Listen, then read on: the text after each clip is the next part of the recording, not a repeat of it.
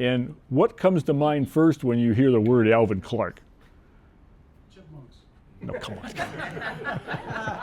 All right, Steve. What else? Refractors. Refractor telescopes. Okay. Any refractor in particular? The 40-inch, of course. Yerkes. Okay. Northwestern. Northwestern. We'll get into Northwestern and the Yerkes a little bit. Okay. Very good.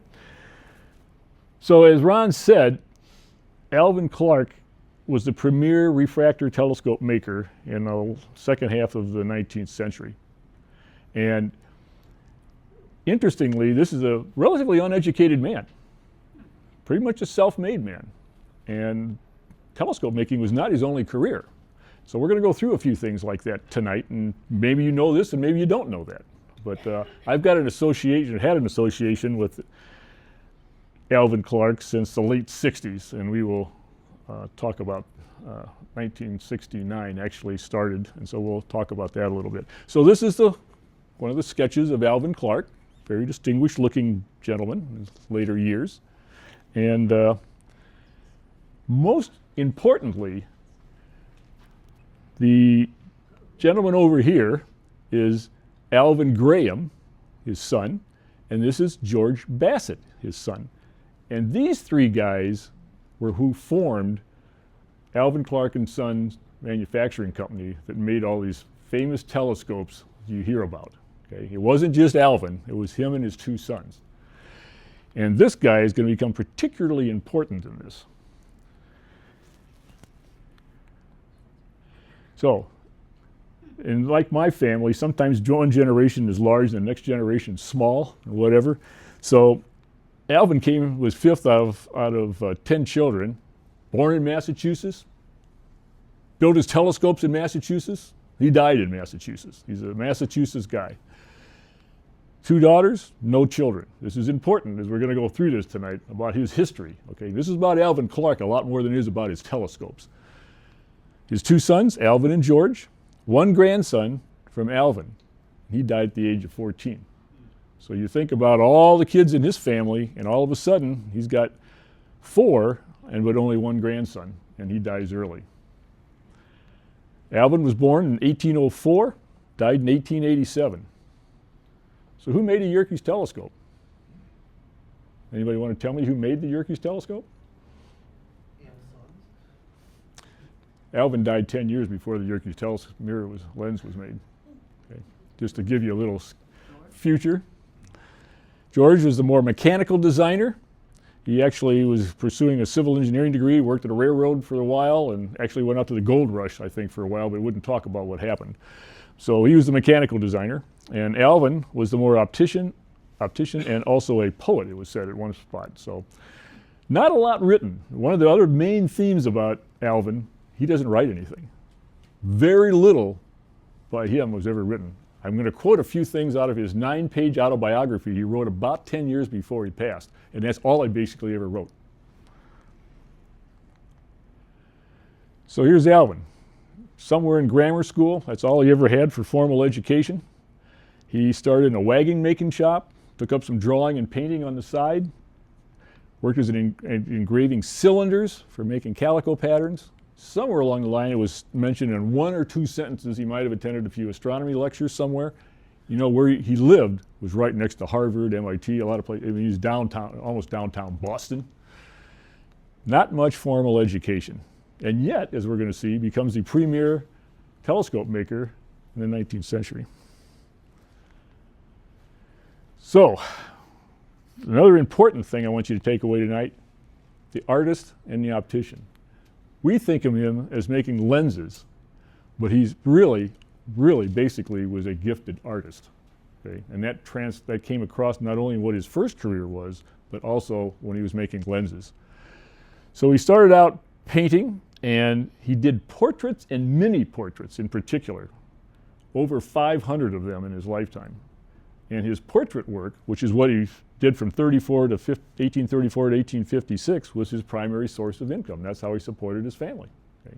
Knew nothing of telescopes for the most part. In 1847, George, while he was out at school, one of the more advanced schools, their bell at the school broke, and so George gets a hold of it, melts it down, and makes a speculum, a metal mirror for a reflector telescope. Well, Alvan gets involved with his son's activities, okay, and suddenly becomes interested in telescopes. And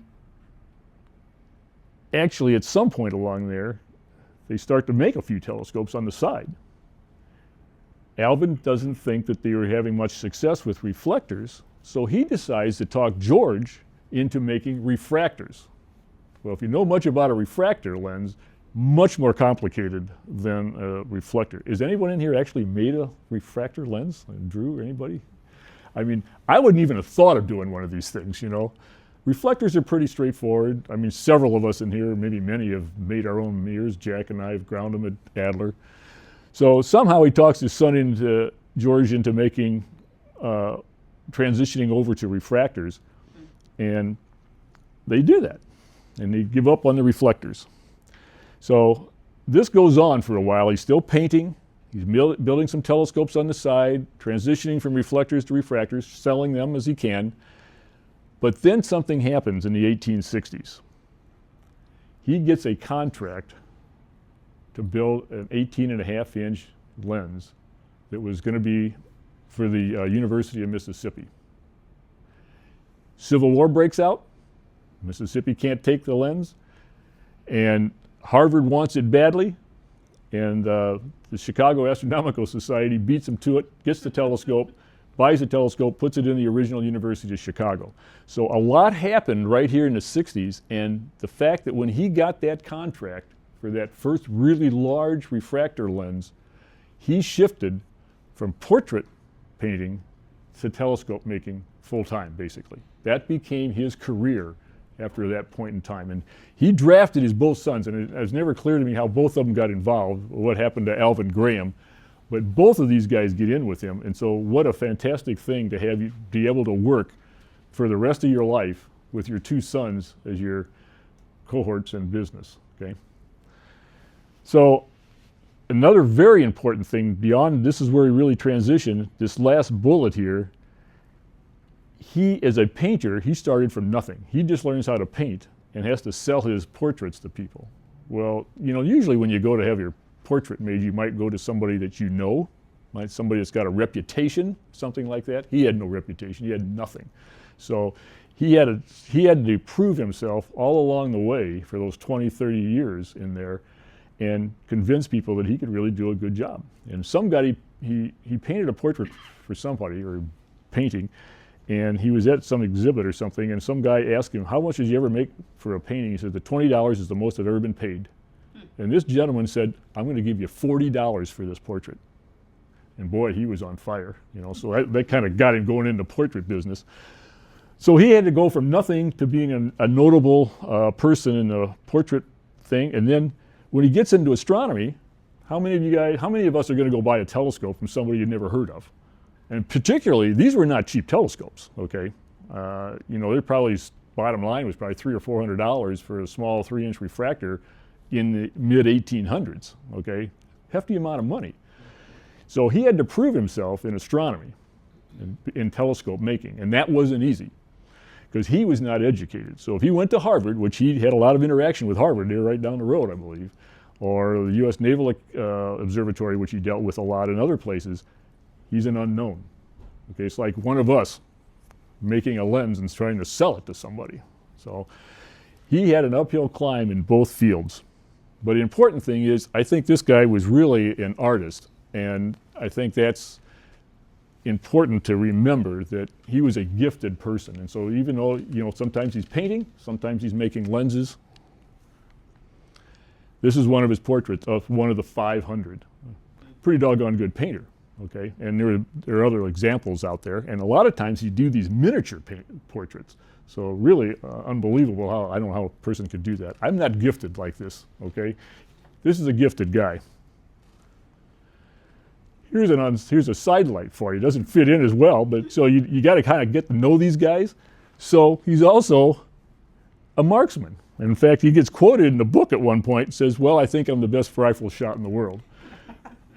No humility there.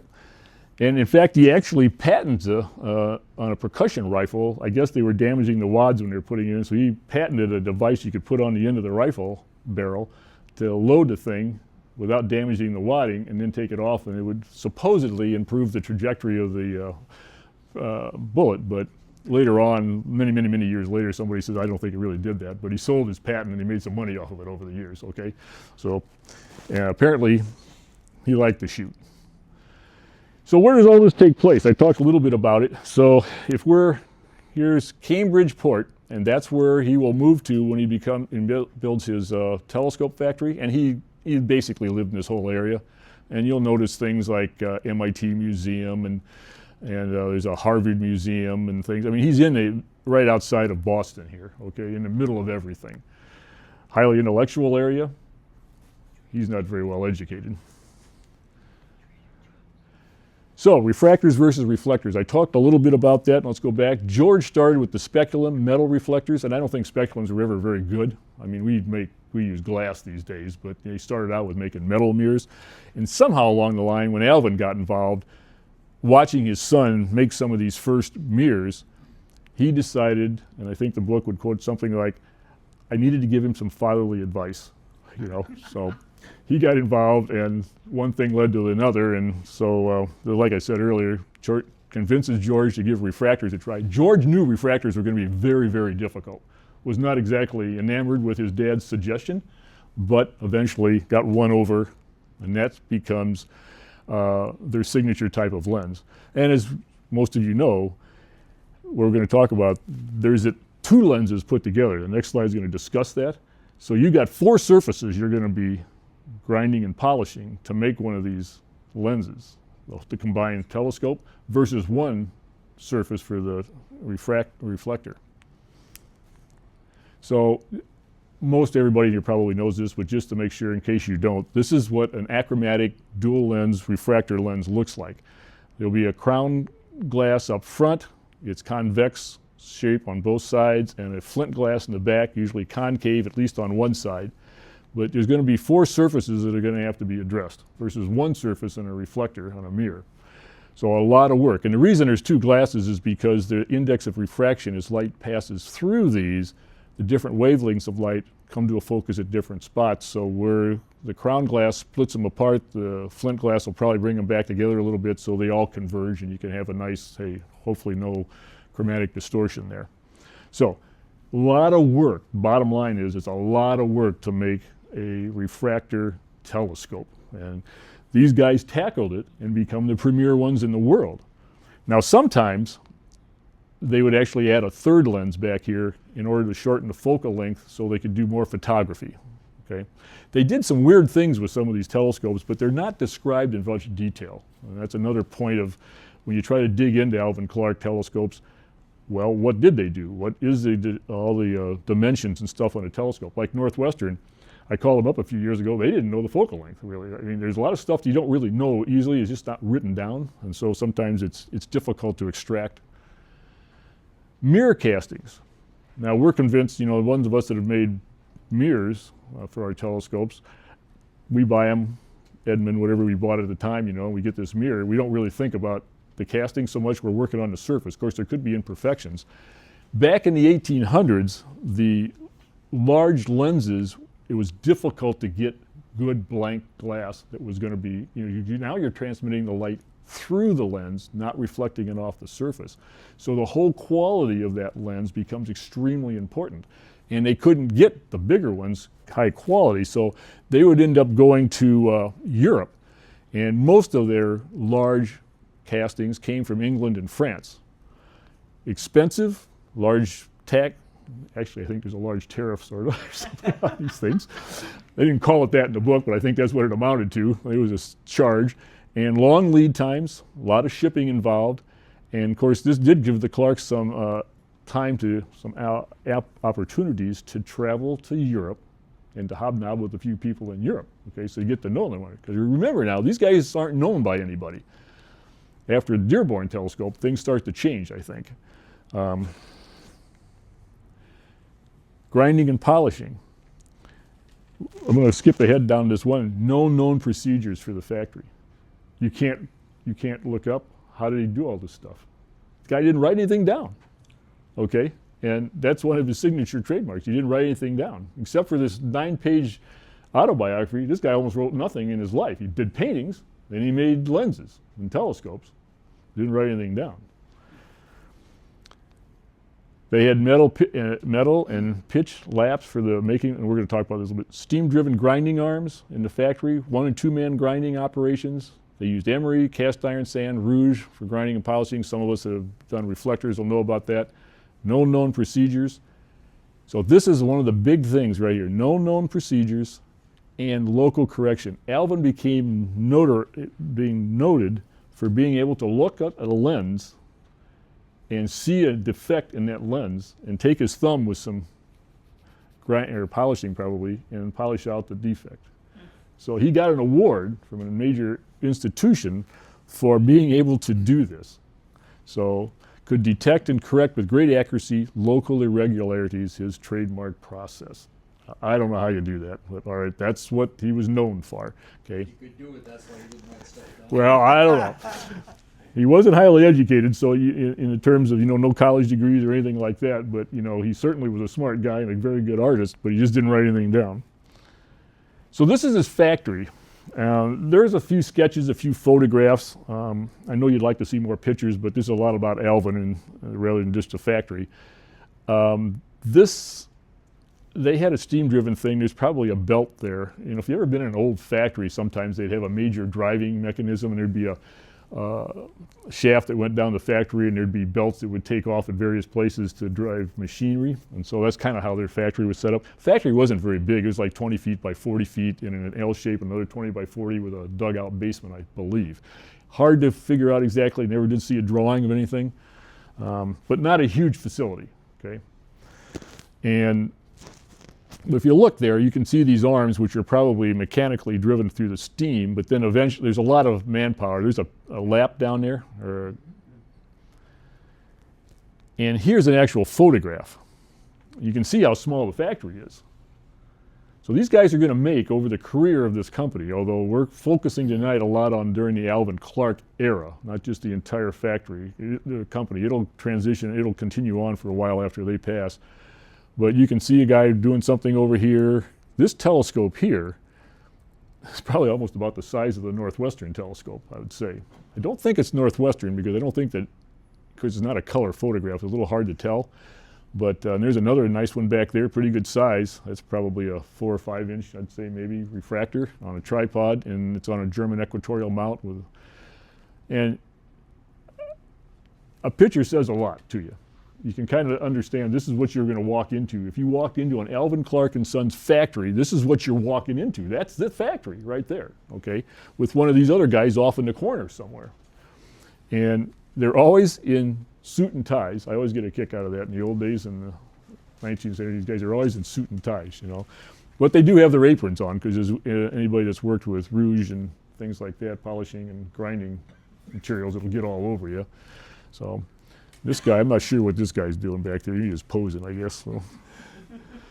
So here's another one. So on the left-hand side here is another photograph. And you can see the guys doing some grinding or maybe polishing operations here. And realize a lot of these lenses were 3, 4, 5, 6 inches, so they wouldn't have had mechanical devices to even help them with those, I don't believe. Back in here, although this is not pointed out in this picture anywhere, I believe Alvan stored his lenses in a room at night in the factory with a big door that was alarmed to his bedroom or something. So, I mean, they didn't have quite the security systems, but apparently, in order to maintain some sense of control over it, he stored things at night in a vault, sort of, and then had it alarmed. So, again, pretty small factory. Here you got a couple of guys working on lenses right there, and probably some blanks and whatever up in here. This is particularly important, and this photograph's pretty common around various references. This is Alvan Graham again. He's the guy with the bushy hair all the time, okay, the poet. This gentleman here is Carl London, and we're going to talk a little bit more about him. This is the Yerkes 40-inch lens, or one of the lenses there, okay? And you can notice whose hand's on the lens, okay? It's Carl's hands on the lens, and Alvan is sitting there, okay, in his tie. These guys must have been characters. I mean, I'd love to have met the Clarks. So how do they test these lenses? You know, sometimes when we build a reflector, we go through the Foucault knife test and stuff, and we figure out the radius first, and then we do the Foucault knife test to see how good it is. Well, Alvan and his sons developed a pre-Foucault knife edge test, something like it, okay? And so they had a way to test the lens to somehow, it's not described anywhere I could find, single path point source illumination. They would pass light through the lens, and then they would look at how that light looked as it came through. Then sometimes they would reflect the light back through the lens a second time for double transmission. You have to, in your own mind, you have to kind of figure out how is he doing this, because there's nothing written down, okay? In fact, when Alvan, if anybody asked him how he did things, he said, well, you'll have to come and look at the factory. That's how he would deal with people. Come and I'll give you a tour of the factory. Well, it wasn't a very big factory, but there weren't any procedures that we can find. So anyway, then they went to spectral lines. They could look for uniform width. But one of their key things was taking the actual lens out and mounting these lenses and then looking at stars, which is obviously proof of the pudding. They were big on double stars, binary star systems, and seeing how they could resolve the binary stars. On the 18.5 inch for Northwestern University, Alvan Graham had it out, and within 1 to 2 minutes, he discovered one of the companions of Sirius. Okay, so that's kind of one of his notable discoveries. But the Clarks got a lot of notoriety because they could resolve some of these things that either were questionable in other telescopes or nobody had ever seen before, and then he could provide that information to other astronomers and double star observers around the world, and he got some credibility. So, and people, he could send them his telescope, you know, and they could, hey, this thing really does do a great job. So that was one of the ways he kind of climbed the ladder. Now later in his career, they made a 30-inch for the Russian observatory at Pulkowa. We're not going to talk a lot about it because the Germans bombed the living daylights out of it during World War II. They saved the lens. The Russians rebuilt the observatory after the war. They never remounted the lens, to my knowledge. So it's still apparently available, but didn't put it back. So the Russians wanted a good test apparatus, so somewhere along the line of building this thing, they put together this test apparatus outside their factory. Pretty impressive thing, I would say. It's right outside the outskirts of Boston there. So, but this wasn't available in the early days. I'm not quite sure how they had them mounted. They didn't really say a lot about how they did like the Northwestern scope or Dearborn or whatever. But this came along later. Binary stars, we talked about that. So now we've got a good way to test. Alvan Graham was credited with the discovery of 14 binary stars, or double stars, okay? Pretty good for just testing a telescope. He's not out there looking for these things so much. And as we said earlier, perhaps the most notable of the 14 was Sirius B in 1862 while testing the 18.5 inch for the Dearborn Observatory. Okay? Alvan seems to be the guy that did a lot of stuff. Alvan Graham. Alvan doesn't pop up as much. He's the father figure. He's got the company and stuff, but a lot of times when expeditions came up and other things, you'd see Alvan Graham's name a lot. So, and George, who was the mechanical guy, probably building the mounts, he doesn't pop up as much. Scope of manufacturing. So what in its entirety, we know of an Alvan Clark telescope, but what did they actually also build? Well, you got the whole package if you went to Alvan Clark and Sons. But before he got to that, I have to stick this in somewhere, Alvan Clark got part of his notoriety because he would resurface lenses by other manufacturers. There was a guy by the name of Fritz, I believe, and sometimes Harvard, I think the Naval Observatory people had some lenses that didn't work as well, and they would hire Alvan to rework some of those lenses. So part of his income was coming from that, and that was getting him a lot more credibility because he could take a lens that they knew wasn't working very well, and he could resurface it and make it better. Okay? So then when you went to the factory, he's building his equatorial refractors. It includes the lens, the eyepieces, the mounts. You could get the whole package, just like ordering from any of the big telescope makers today. You'd get the telescope, you get the mount, you get the lenses. Now, some of the bigger ones, and we'll talk about that some more later too, is when you get to the really, really big scopes, they would contract out some of these mounts because they become, Yerkes is a pretty incisable mount. He made coronagraphs, photography work equipment, micrometers, spyglasses for the U.S. Navy during the Civil War. So he had a little bit more breadth to this factory over than just making that telescope itself. And just a point, early on we talked about that George Bassett kind of started with reflectors. Well, then later on, probably after the Clarks had actually passed on in life, the company went back and did a few more reflectors. But overall, particularly in the period that we're interested in the late 1800s, the refractors dominate everything. And that's what Alvan Clark's known for, is the refractors. So here's some eyepieces. This is what you would get with a typical telescope.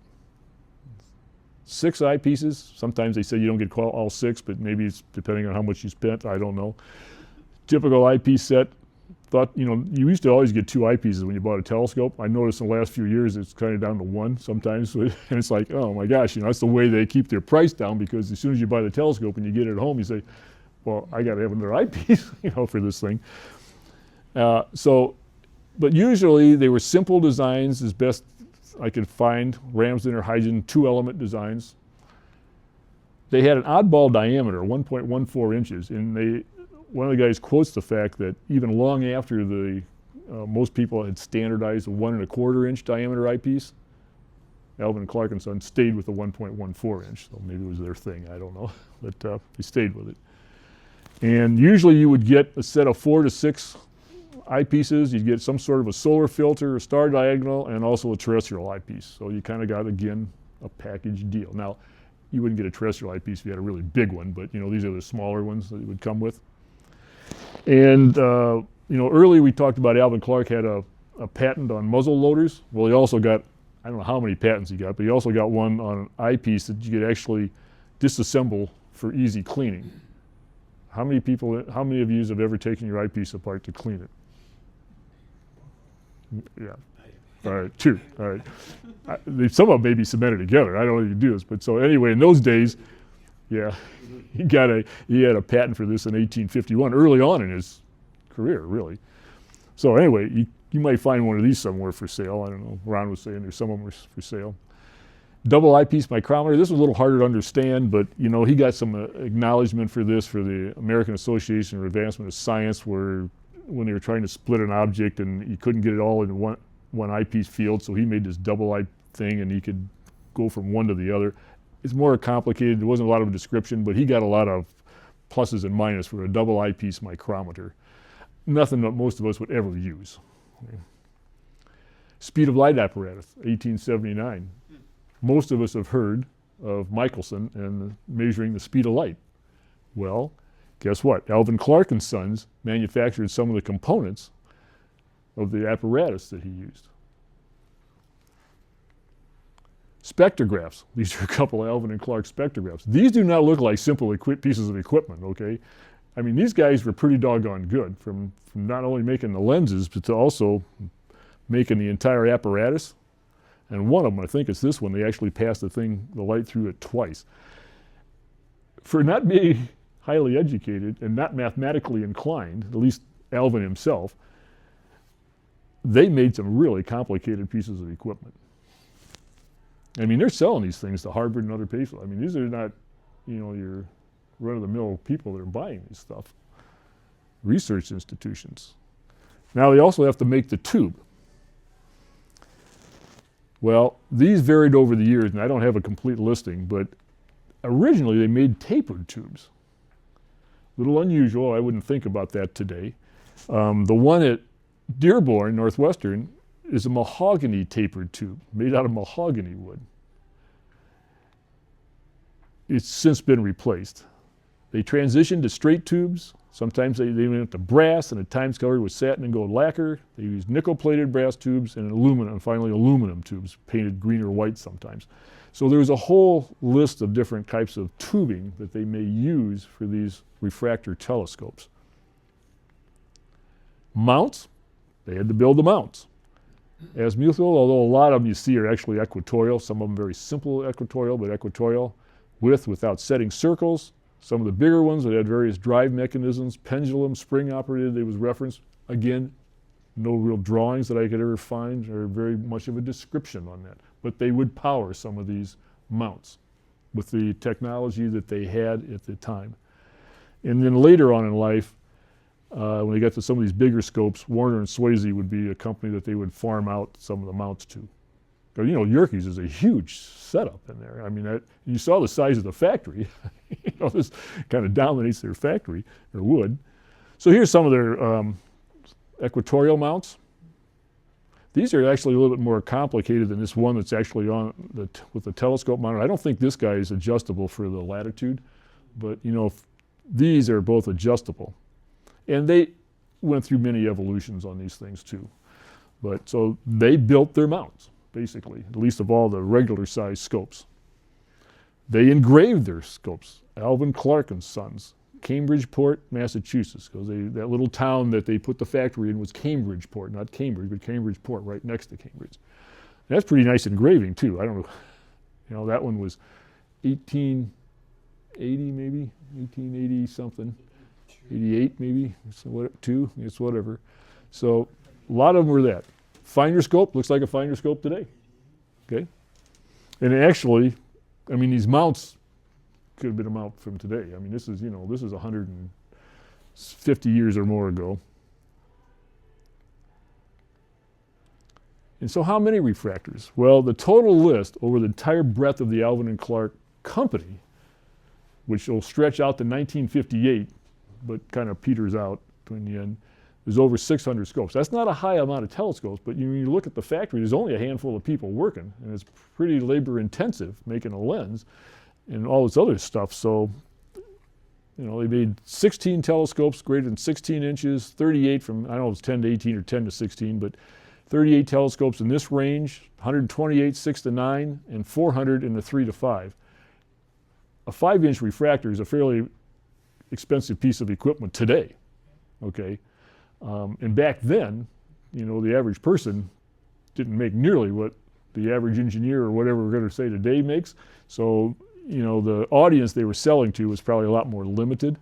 And you can see as it's going to step down from the size gets larger, the number of telescopes gets smaller and smaller until it gets up to the really big guys. But these are the ones he's been basically known for, and we're going to get to that. Where did he sell them? Massachusetts boy, born, bred, and died there. That was it. Okay, so and he's in the middle of Intellectual Alley there.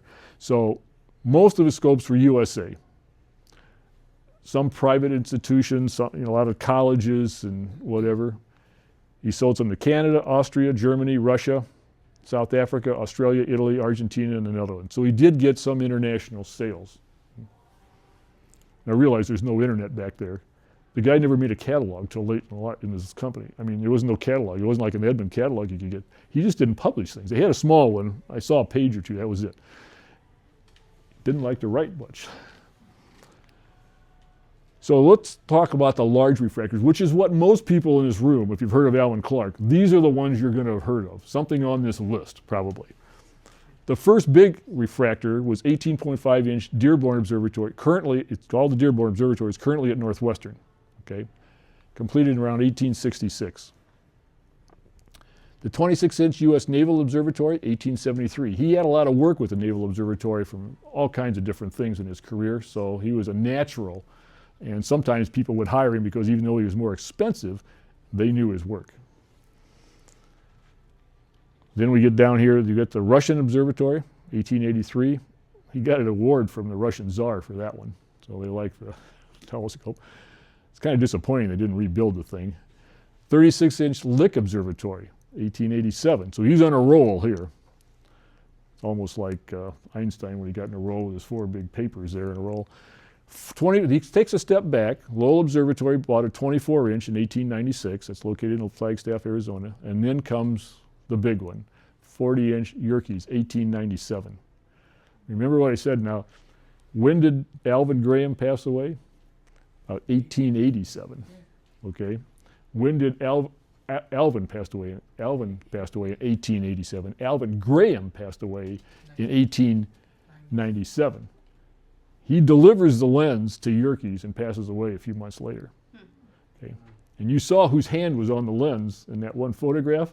So it probably wasn't Alvan Graham doing a whole lot of work at the end. This Carl London was a key figure in Alvan Graham and Sons. Swedish guy, chief optician. Okay. And a lot of people think Yerkes is the biggest refractor telescope. There's a footnote on that one. Anybody know the one bigger? Here's the footnote. The largest functional refractor telescope in service is a 40 inch. And that's clearly obvious. The larger one that was built in 1900 for the Paris Universal Exhibit by Gautier, 49.2 inches. It only lasted a year. They took it apart. Horizontal configuration, 187 foot focal length. Yeah. Okay. Where do you see the picture of this? Has anybody ever seen this thing or pictures of it? It used a siderostat to direct light, so they couldn't actually aim the thing up, so they used another mirror to direct the light down into this 187 foot long tube, okay? And it was never used for research of anything like that. And here's another important thing. Alvan Graham wanted to build a 50 inch. That was his next dream. But he just got the Yerkes delivered when he passed away, right after that. So he never got around to the 50 inch. And he wouldn't have been, I don't think at his point in life, he was going to be grinding that lens, but Carl London probably would have, and other people in the shop. So let's take a look at this one in Paris. This is the tube, kind of. I don't know where the siderostat was. There's other pictures of this thing. This thing's on wheels back here. This is the eyepiece holder. They had to move it back and forth. So you can imagine that, you know, it wasn't a functionally usable telescope for anything except showmanship, in my opinion. Okay, it lasted a year. It was at the exposition. A few people used it to look at a couple things, and they tore it apart. Okay, but it had a 49.2 inch refractor lens in it. Okay, so you always want to look at the footnotes. Yeah, Yerkes is truly a usable telescope and has been usable throughout its history. This thing wasn't, but the guy built a bigger mirror. And I don't think the times I looked at it, it never really quoted much about what the quality was. It was pretty difficult to use. This is the Naval Observatory, and you could get more modern pictures. I think I chose one that went back towards when it was in its early inception. But one of the things you notice about these telescopes, it's not the one in Paris, but they're still pretty doggone long. They got a long focal length on these refractors, okay? And a massive pier, and the mount's pretty sophisticated. And this doesn't show the ladder. Some of the others are going to show the ladder better. But there's a gentleman standing down there. So for a 26-inch telescope, it's a pretty impressive piece of equipment, okay? Still there. You can go tour this. I don't think you can look through this one. You can tour this one, I believe. This is the Lick, Mount Hamilton, San Jose, California, 36 inches. Dome and the telescope. Again, a massive pier. There's a finder scope, the eyepiece, and look at the ladder down there. Not for the faint of heart. I wouldn't want to do this on a public night too often, you know, with the people climbing up there, so we have some good insurance. Now, this guy, Carol, my wife, and I have visited this facility, and I didn't get to look through it. You know, it's not always easy to go look through these. You got to get there, if they have a tour, you got to get there at night and clear night and whatever. You may be passing through for one day, and it doesn't always stack up. But for years, Jack and I, who were nuclear engineers, a major company had their nuclear headquarters in San Jose, so I would go out and visit San Jose, and I'd see this telescope up on the top of this mountain, you know. And being too much of a company man, never took the time, an extra day, to go tour the thing. But when we retired in 2009, Carol and I went back out. We had some friends in the area, and we drove up to Lick. And so this is the road, as you might find on a lot of telescope mountains. But this one, I believe the science base said 111 turns. Now, I'm going that off a 2009 memory because I can't find all my photographs. But you can get nauseated driving this road. Okay, and this is not a road you would want to drive at night to go do some observing, in my opinion, okay? And I'm definitely too old to do it now. So just to be aware of this, Has anybody here been to Lick? Okay, very good, 2 of you. Would you agree it's a fairly windy road? Yeah, okay. So here's an interesting photograph. This you don't see very often. They're cleaning the lens of the Lick Observatory, of the lens there. And I'm kind of amazed at this, but this is what is on one of their site, I think, the Lick Observatory site. I mean, they don't even have gloves on their hands. They got their hands in there, and there might be a separation between the lenses. Sometimes these lenses are pushed together. Sometimes there's a little separation between the crown and flint glasses. But I'm not quite so sure about this technique, but that's what was on the internet, okay? And one other thing I wanted you to point out here, one lens was damaged in transit. Now remember, this casting had to come from Europe, get to Boston, had to be ground and polished, shipped across the country on a train, and then by stagecoach or something taken up to the mountain. I mean, a horse-drawn cart. I mean, there wasn't, what are you going to do? This is late 1800s.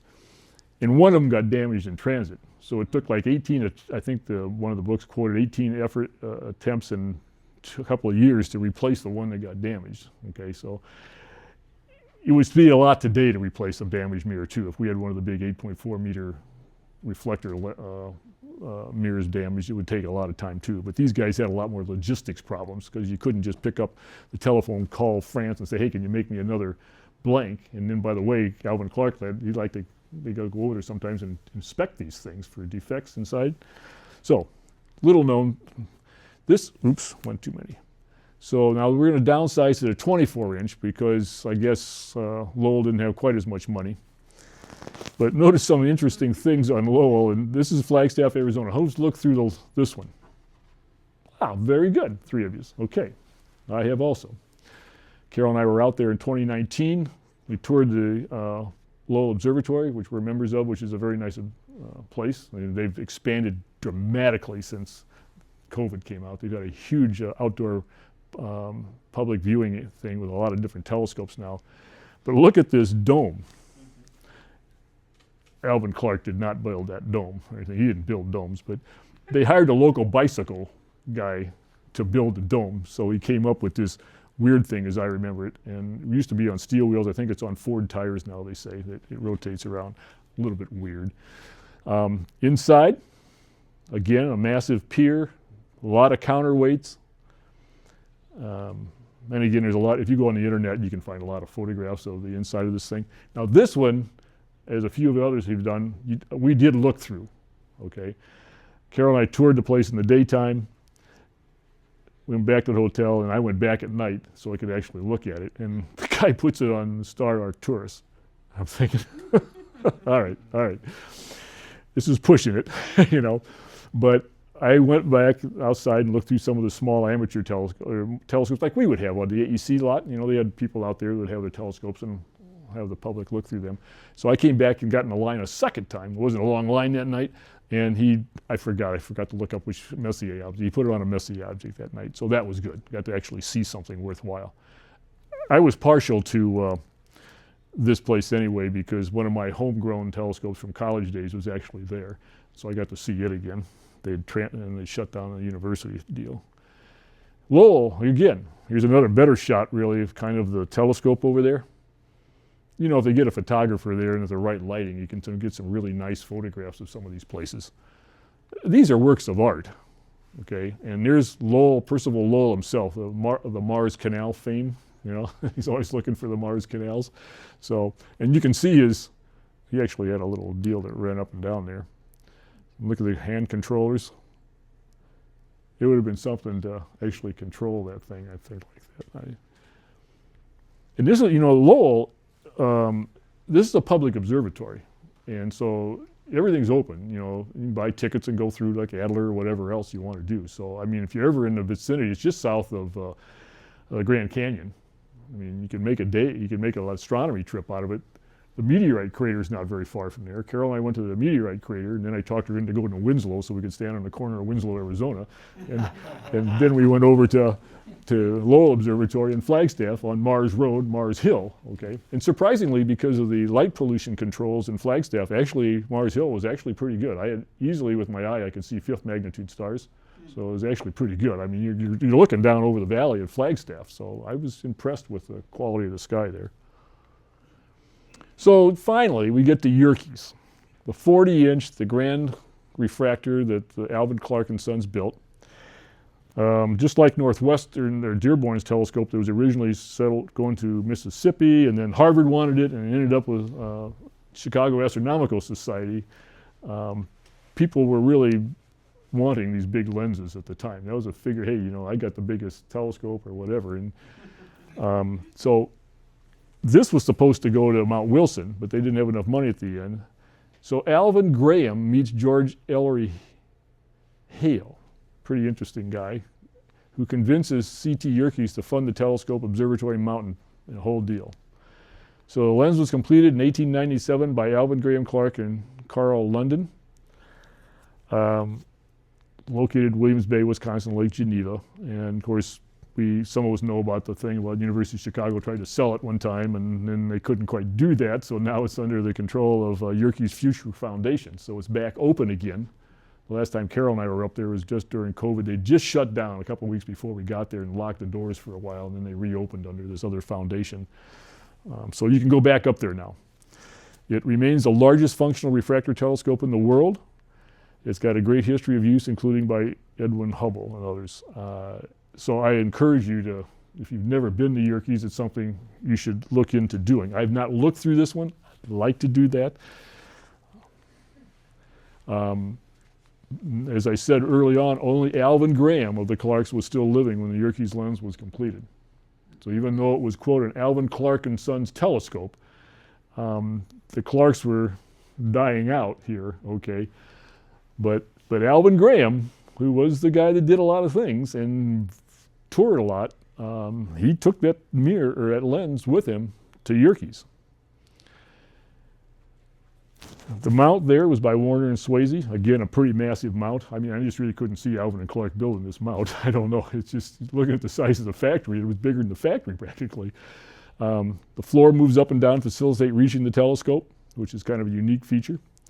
And it's still in service and open for inspection. So this is Yerkes. Inside, one of the more old photographs. You can see the spiral staircase going up to the top of the pier. Let me get a drink of water here.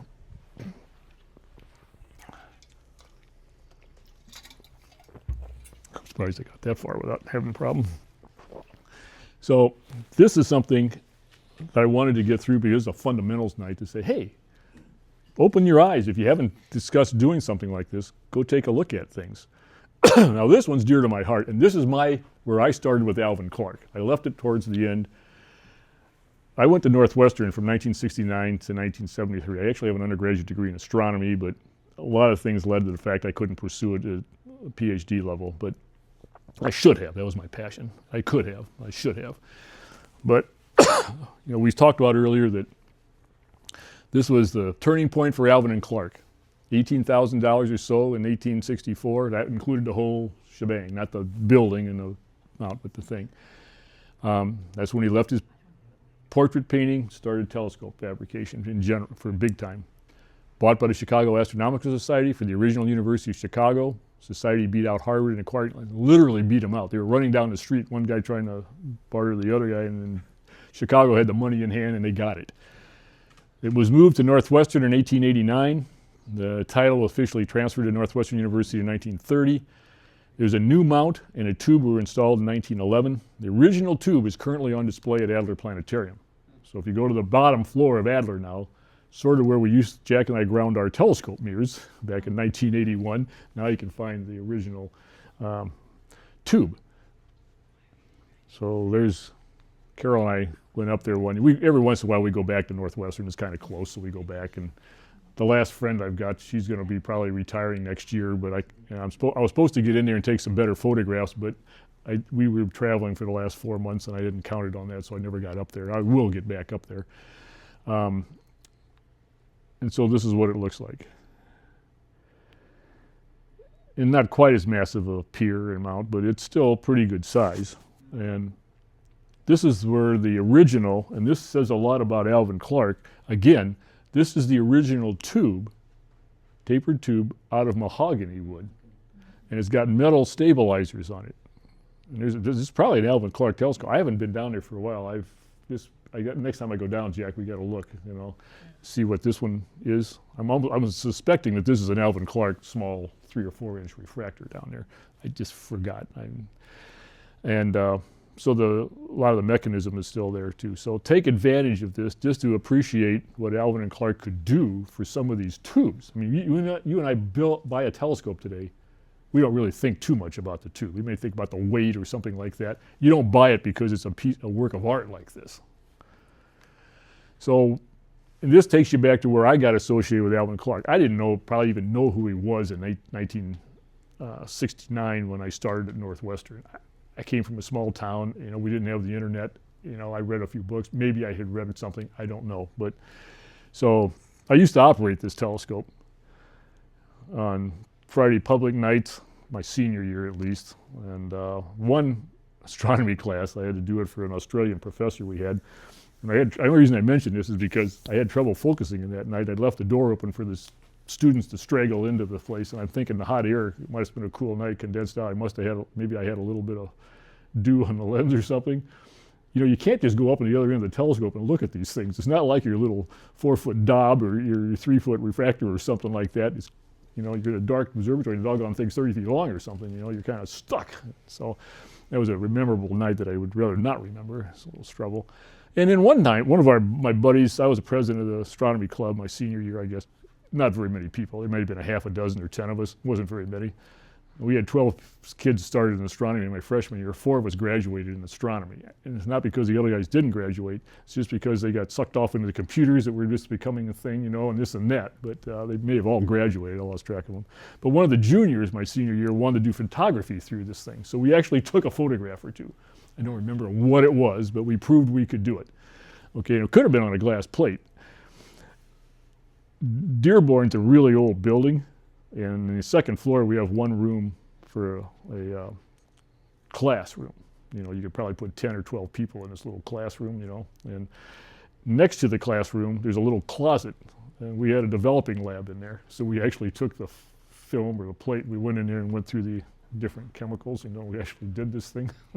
Once in my life I actually did things like that. So we did it once or twice, I don't know, to prove it out, and I don't remember what Al did after that. But also during that year, in the basement underneath the observatory, there was a circular area underneath where the big concrete pier was, and it went around. So I had a desk down there, and I could take my bike down and stuff, and that's where I would study and stuff. So my association with Alvan Clark started back in 1969, and and by the time I was a senior, I was even more closely associated. In fact, I even worked in the library in Dearborn for a few months, but I thought it was going to be an easy job. I could do my homework while I was just doing nothing in the library. And then J. Allen Hynek, who was a department head, apparently had a midterm, and all of a sudden I walked in one night and there were like hundreds of books stacked. I had to put away, and I said, "Oh, this is not good. I'm not going to get anything done here." So anyway, I've had some history with the 18.5 inch, and I really enjoyed those years.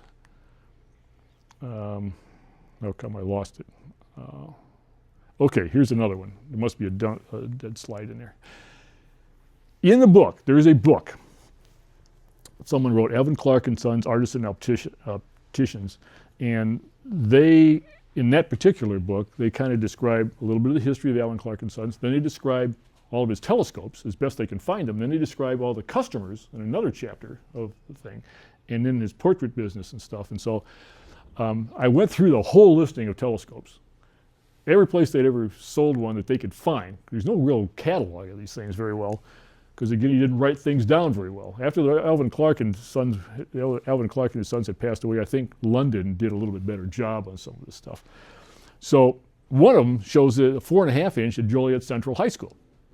I said, well, my gosh, it's my backyard. We live in Plainfield. So after about 6 months or something, I got the guts up one day and I called the Joliet Public Schools. I said, listen, I got an unusual request. This book I'm reading says that you might have had a 4.5-inch Alvan Clark telescope. Do you think you have it? And she says, there's somebody on a archives committee. And so it's probably a young lady. I talked to her, I think, on the phone once, traded a couple of emails, and I kind of thought it was somebody fresh out of, I don't know this, it could have been somebody fresh out of school. They got put on this archives committee, and somebody actually called up and wanted to know something. That's kind of how I felt. I said, well, could you find out if you actually got this telescope? And I said, it could be in a closet somewhere, okay?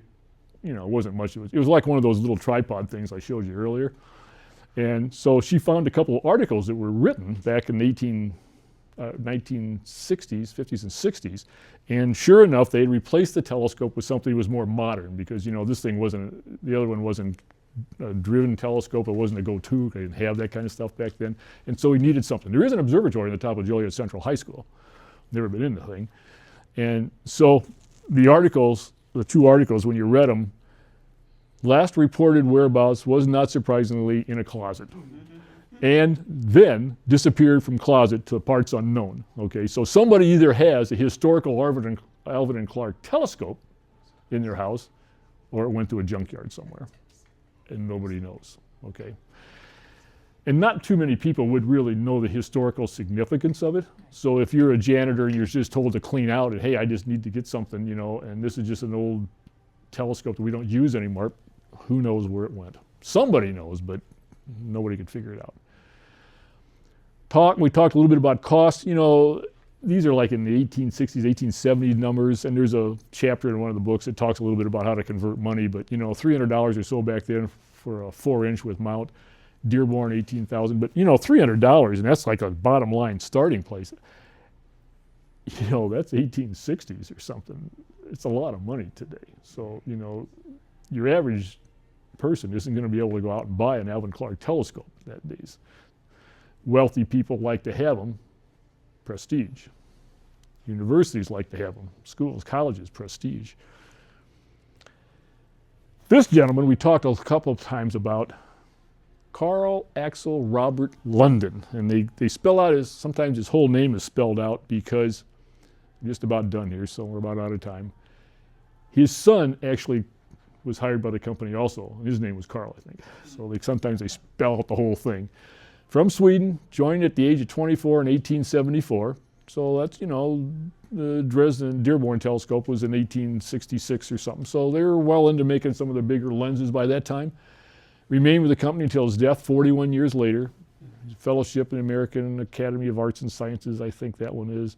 Charter member of the American Astronomical Society, medal for the 1876 Centennial Exposition, medal from the 1893 Columbia Exposition, where I think they had the mount for the Yerkes telescope displayed. The lens wasn't there.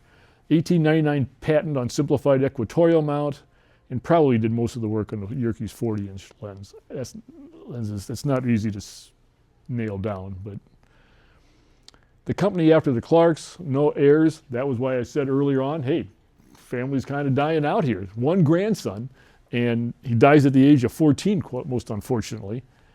Daughter's not associated with the business. London was the chief optician and was joined by his son later on. Company was not even formally incorporated until 1901. I never quite fully understood that, but these guys were kind of slow on some things. Became part of the Sprague Hathaway in 1933. They closed the factory in Cambridge in 1936, moved to another real close place in Massachusetts. In cooperation with Perker-Elmans, apparently they fabricated two 12-inch lenses in the 1930s. I guess that was like their last hurrah. They must have been down to just smaller scopes at that point in time.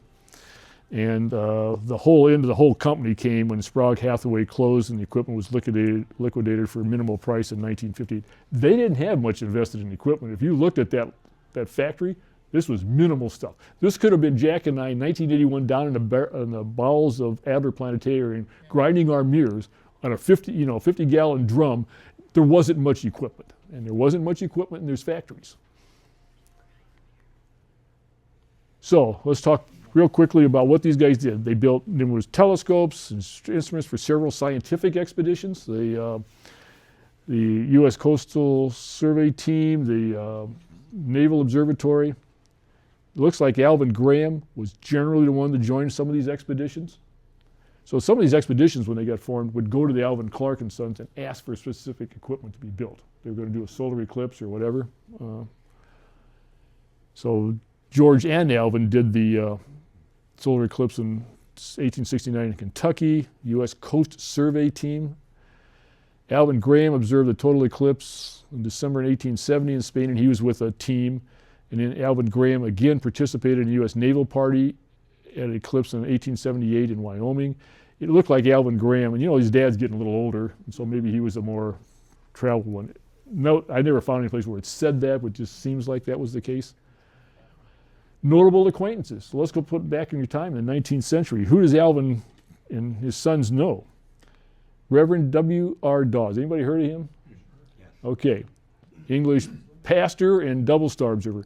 This guy is one of the lead-ins, I think, because Alvan was telling him how double stars he could separate and things and see, and he got some notoriety with this guy, and this kind of led to, hey, now he knows somebody, okay? Sir John Herschel, Lord Rosse, we know this guy from that 72-inch deal, the Leviathan of Parsonstown. George Ellery Hale, he's associated with Yerkes, Mount Wilson, and Hale telescopes. Albert Michelson. So Alvan Graham and Alvan Graham, and perhaps George Bassett also. Bassett doesn't get mentioned as much, but he seemed to be the mechanical guy that was driving a lot of the stuff. They rubbed elbows with a few people from time to time of some notoriety, okay? And so, you know, Alvan Clark had gone from being a man of nothing to rubbing elbows with people like this simply because he had developed the techniques to make refractor telescopes of high quality, worldwide reputation at this time.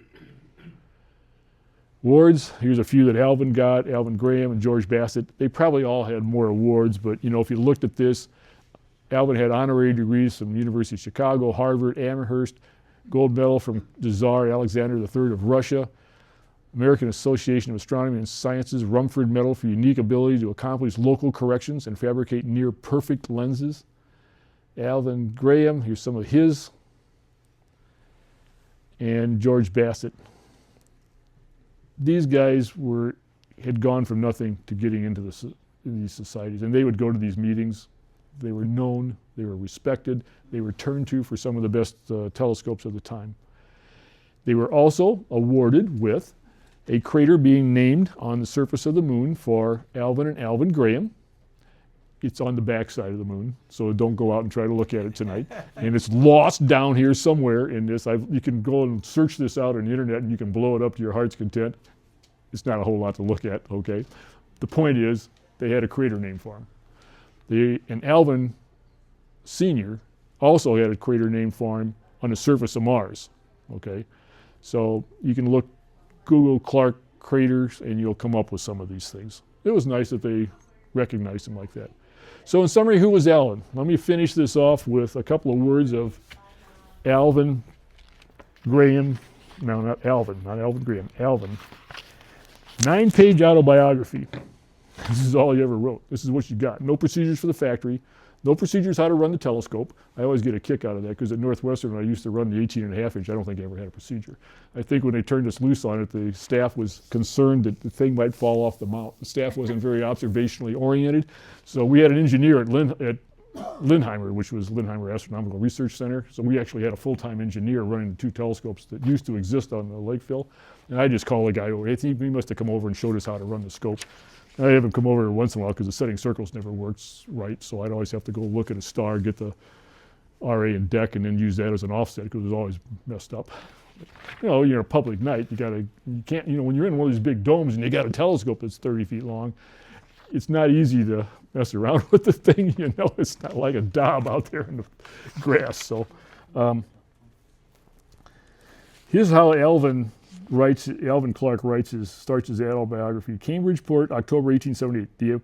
The account of my career you have desired, I can write in pencil more conveniently than with ink. I don't even write with ink. I have written but little in my life. That can be attested to by anybody who's looking into Alvan Clark's history. and less of late than ever, so it is hard and slow work for me. Okay, he describes some of his past accomplishments and things. It's pretty good. It's a nice summary. And so I suggested, this is actually provided through a NASA site. It's kind of hard to find, but managed to come up with it. In the course of his scientific, reading this, well, hold on, I get this right. Talking about George Bassett, his son, I watched his progress in grinding and polishing with much interest, and perceiving a growing interest on his part, I was at some pains to acquaint myself with what had been done and how done in this curious art, that my son could have the benefit of my mature judgment in giving effect to his experiments. Difficult English a little bit, but this is how George Bassett makes the first speculum mirror. Alvan starts to see what his son's doing, gets interested in this thing, not only gets interested, but after a few reflectors says, let's go try these refractors, okay? I finally proposed to the youth to try a refractor, but he did not believe we could succeed with it, for the books described it as being a very difficult thing. I would attest to that, but I wouldn't have tried a refractor either. So I began some of my work by redoing old and poor objective lenses of smaller instruments. So that's how he kind of gets started. Then he meets Reverend W.R. Dawes, the famous double star observer.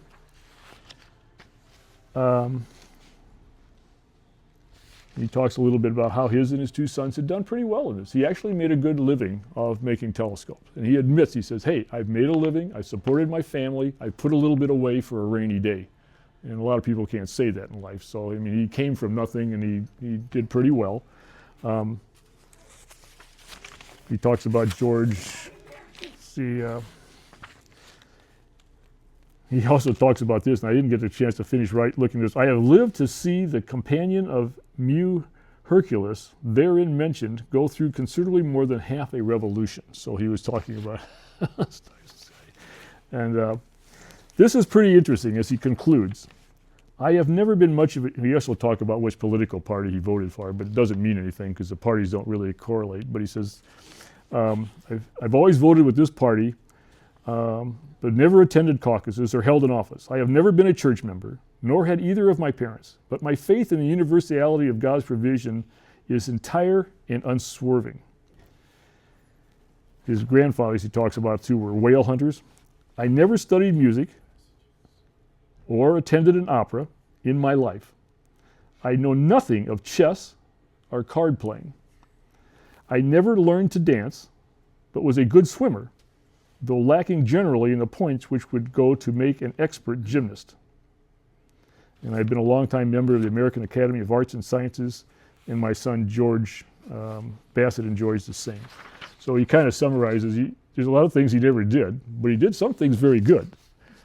And I don't think there's, where are we at here? It's just, did I hit, no, that's at the start, did I get, okay, so, okay. Okay, so when you think of Alvan Clark, you're going to think about the Yerkes Observatory. There's going to be another, he built for, like 5 of the largest telescopes in the world in succession.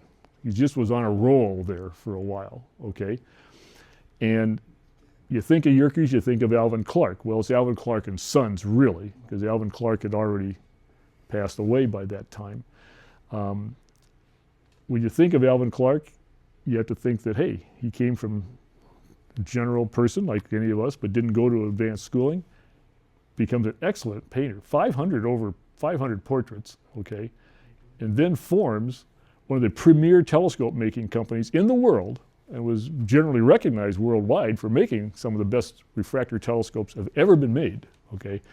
And a lot of them are still in existence. And you and I can go and you can look through them. I've lost a slide here somewhere. I don't know where it went, but let's see if I can back it up. I can't. All right, so there was, hold on here. If you want to, I think all these big telescopes, you can go, maybe it was, yeah, there's the one. You can look through Dearborn on a Friday night. You can make a reservation. The first hour is reservation only. I think the second hour is open free for all, Northwestern's an hour, hour and a half drive from here, okay? Nothing invested, no cost, okay? You can go to Lowell. There's going to be a fee to get into Lowell, okay, to support, like going to Adler, but you can stay that night and you can look through the 24-inch there if the weather's permitting, okay, or hopefully it's not broken down for anything. You can go to Lick and you can look through that if you make the right arrangements. I'd caution you against driving that road late at night. I don't know how you do that, but that's up to you. I'm not going to do that. In Yerkes, you can now go back and you can look through the Yerkes telescope. It's not cheap. I think it might be, I looked the other day, I think it was on the order of $140. You go up there and you pay for a special type of tour. There's different tours you can procure. And then the one tour, if the sky is clear, you can actually look through the telescope that night. There's no guarantee of that. You know, you've paid for it, you've gone through the tour. If the sky's clear, you can look through the telescope. Someday I'm going to probably do that. That's hard to set up a trip because, you know, you get all this money invested and everybody's going to drive. It's a couple hours up to Lake Geneva and then the sky's clouded out, you know, and then you don't get anything for it. So anyway, you should go and take the Yerkes tour. How many here have toured Yerkes? Yeah, we had actually a club thing. I was gone, but I've been up to Yerkes a couple times, so that's good, okay. How many? Before it closed, the first time. Yeah. And how many have been through Northwestern? 2. Okay, so Northwestern's closer. It'll still let you look through an Alvan Clark telescope. Okay, it won't be as impressive as the 40-inch. The floor doesn't go up and down. Okay, but still, you might want to take advantage of that someday. Okay, any questions?